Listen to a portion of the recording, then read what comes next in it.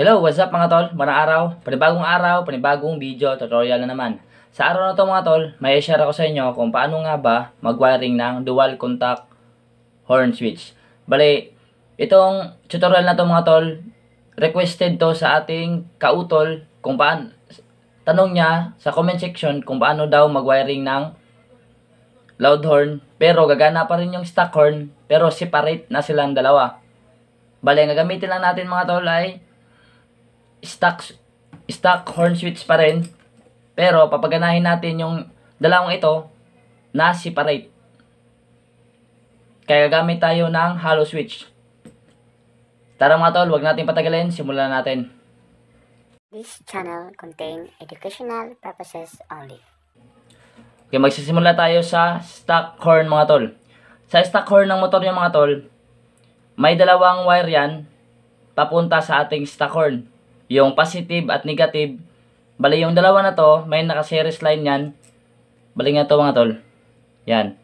Yung dalawa na yan, series line yan, papunta yan sa positive. Tapos yung isa naman dito, papunta sa negative. Yan. Bali yung isa dito mga tol, na pin, yung dalawang wire na yan, na nakadikit, yan. Papunta yan sa ground ng ating motor. Yan. Tapos, yung isang wire dito mga tol, diretso to sa horn switch. Kaya pag on natin sa horn switch, may supply na accessories wire galing sa ignition switch. Pag on natin, nagkakaroon supply ng ating stock horn, kaya to tunog.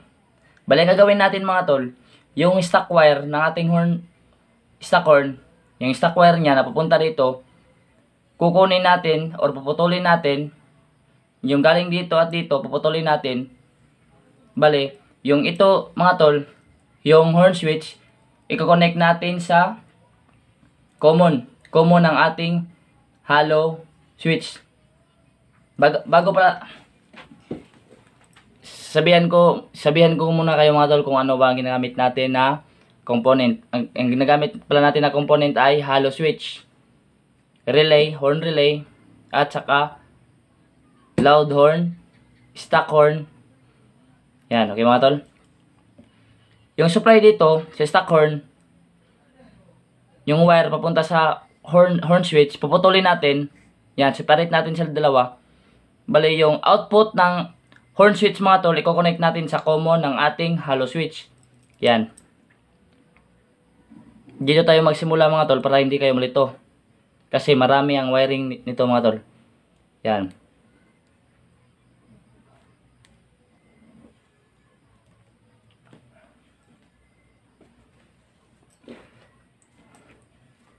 Bago natin i-continue mga tol, ito muna mga tol. Sa hollow switch mga tol, may limang wire yan. Yung ito, negative at positive, ito yung supply ng ating hollow switch, ilaw ng hollow switch. Bali pag may supply ito mga tol, ito lang yung ilaw ng ating hollow switch. Bali pag inon natin yung ating ignition switch, nagkakaroon ng supply ang ating positive at negative ng ating hollow switch, kaya iilaw yung ating hollow switch. Yan. Bali itong common mga tol, itong C common sa hollow switch, ito yung common supply ng ating hollow switch.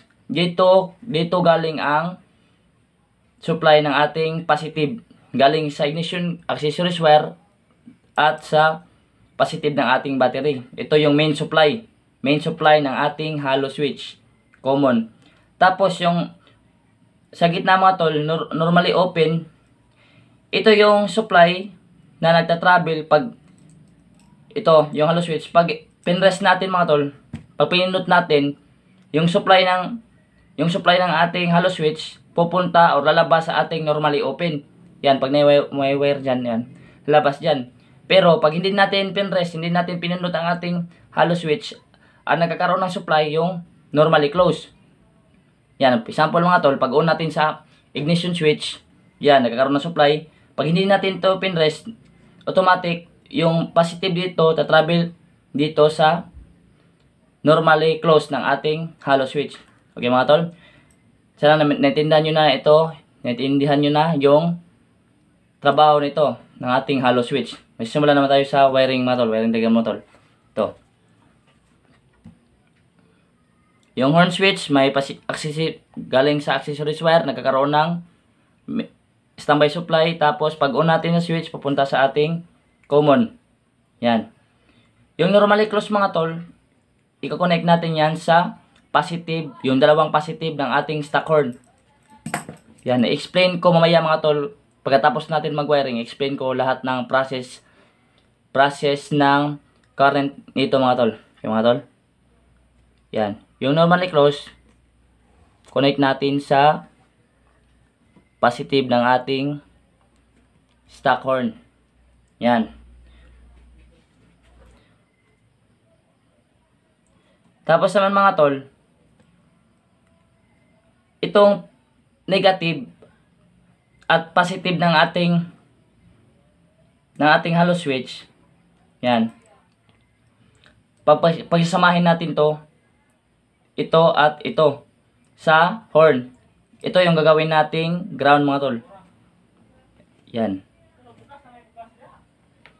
Gagawin natin tong ground. Kasi ito yung trigger ng ating horn relay. Ito ay papunta sa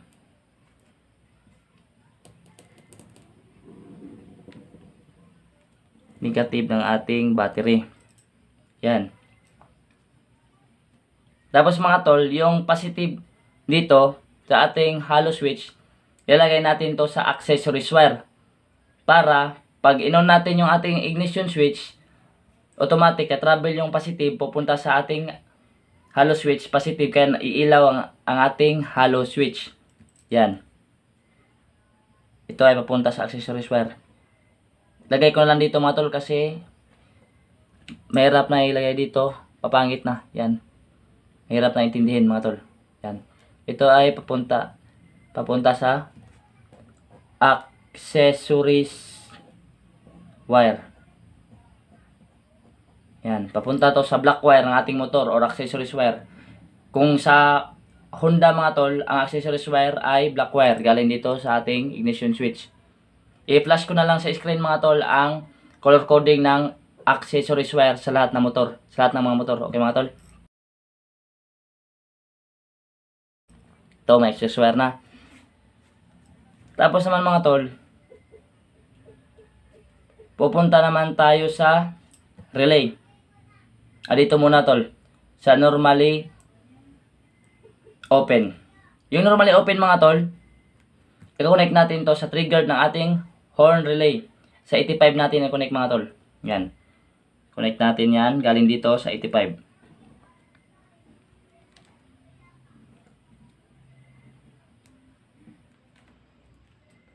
Tapos, yung horn relay mga tol, pareho lang din yan ng hollow switch. Yung hollow switch, yung common niya ito, C. Sa horn relay naman tol, yung common niya ay 30. Yan. Bali yung common mga tol, ilagay natin to sa positive ng ating battery.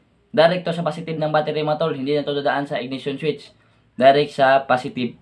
Pero bago kayo mag-connect sa positive mga tol, siguraduhin nyo may separate na fuse kayo. 15 amperes or 10 amperes fuse. Huwag nyong i-series dito sa stock na fuse kasi baka ma-short or sobra yung bigat na dinadala niya ng supply sa fuse. Kaya ang gagawin natin, bibili tayo ng isang fuse or 10 amperes or 15 amperes para dito, para separate sa ating loud horn. Yan mga tol. Pero depende din sa inyo mga tol. Kung gusto nyo, i-direct nyo na lang. Wag nyo na lagyan ng fuse kung wala kayo. Kung hindi kayo nakabili, depende, pwede din mga tol. Pero sa akin mga tol, doon tayo sa proper way. Kaya, yung fuse mga tol, lagyan natin ang fuse dito. Wait. Yan.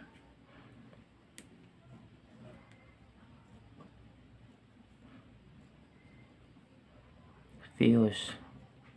Ito ay 10 to 15 amperes mga tol. Amp.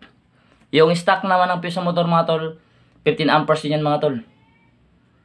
Pwede nyo lagyan nyo na ng 10 amperes dito mga tol. Yan, gamitan nyo 10 amperes. Tapos mga tol, yung 30, common ng ating horn relay, connect natin sa input ng ating fuse. Yan. Input. Yan. Connect natin dyan mga tol. Ito mga tol, jump. Hindi yan konektado dito. Sa fuse. Tapos yung fuse, isang paa ng fuse mga tol, direct yan sa positive ng ating battery. Yan. Pasensya na sa wiring mga tol kasi late lang ng ginamit natin na bond paper. Yan. Tapos mga tol, yung horn relay mga tol, yung 87 natin, ito yung output supply. I-connect natin to sa positive ng ating loud horn. Yung loud horn natin mga tol, may dalawang pin yan. Yung isa dito, series yan sila, series line. Ito yung ating ground or negative. Tapos mga tol, yung dalawa dito, i-series din natin, gawin nating. Tapos mga tol, yung dalawang pin dito, pagsamahin din natin, i-series line natin, kasi ito yung gagawin nating positive ng ating horn. Yan. Jump. Diyan konektado mga tol, jump ko lang. Yan, jump. I-series natin yung dalawa. Yan, konektado yan. Tapos, ilagay natin sa 87 ng ating relay. Ay. Ang pangit na ng wiring mga tol. Pasensya na mga tol. Jump. Jump. Ay, pasensya na sa wiring mga tol. Ang pangit mga tol. Okay mga tol. Explain ko ang flow of current nito mga tol para mas maintindihan nyo. Kasi ang hirap kasi intindihan tol kung titignan na natin, hindi natin alam yung flow ng current.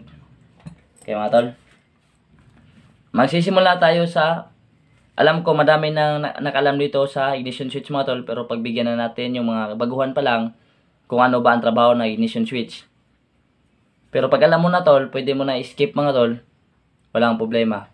Sa ang video na to mga tol para sa mga baguhan pa lang na gusto matuto sa motor. Okay mga tol.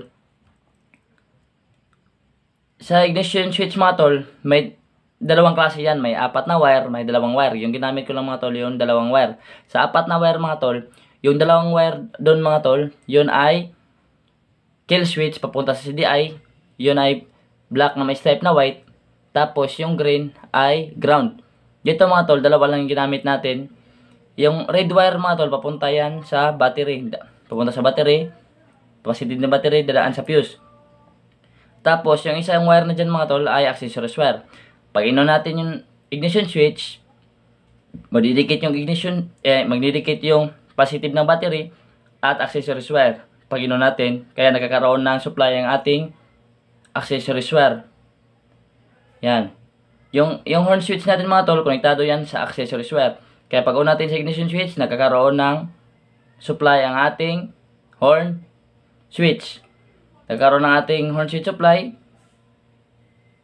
Tapos mga tol, yung display ng ating halo switch, iilaw yan. Kasi yung negative, nakakonektado yan sa ating ground ng battery. Tapos yung positive, konektado yan sa accessories wire. Yan. Kaya iilaw yung ating display ng ating halo switch. Pag on mga tol, yung accessories wire nagkaroon ng supply, ang horn supply, ang horn switch nagkakaroon ng standby supply. Pag inon mo yung switch, yung accessories wire, yung positive supply at yung output supply magdidikit niyan. Pag dikit niyan, travel, magpo-flow yung current papunta sa ating common ng ating halo switch. Kasi hindi natin pinrest o pininot ng ating halo switch, yung supply ng common, automatic, diretso sa normally closed ng ating halo switch. Kaya nagkakaroon ng supply ang ating stock horn. Pag press natin, tit, nagkaroon ng supply ang ating normally closed. Yan mga tol. Pupunta naman tayo sa loud horn mga tol. Yung loud horn mga tol, may separate na horn relay ginamit natin kasi malakas yung loud horn. Kailangan natin ng protection at pangpalakas ng supply. Parang, yan, palakas ng supply.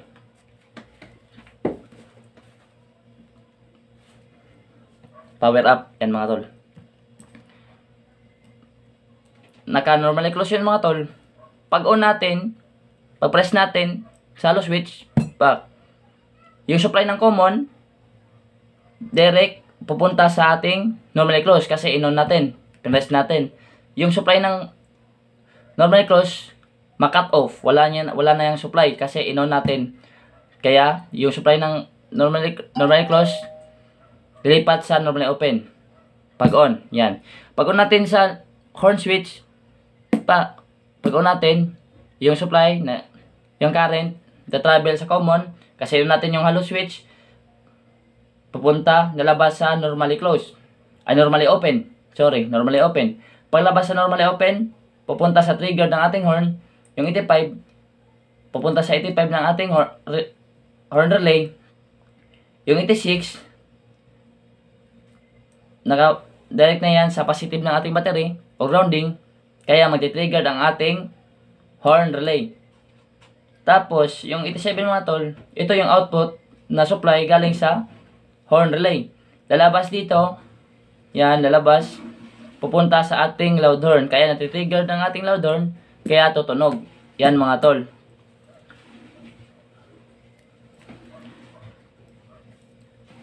Napakasimple ng wiring nito mga tol. Napaka-basic lang. Pag alam nyo na tol, ang mga talaga yung mga trabaho nito sa horn relay at halo switch, pwede nyo itong gamitin kahit anong gusto nyo gamitin na match sa kanyang trabaho. Yan mga tol. Maraming salamat mga tol. Sana may natutunan kayo sa ating munting video tutorial. At saka yung nag-comment na gusto mo patulong kung paano mag-wiring ng dual contact horn. Ito na yung request mo mga tol. Maraming salamat, sana napanood mo to para may mapulutan ka na aral. Maraming salamat mga tol.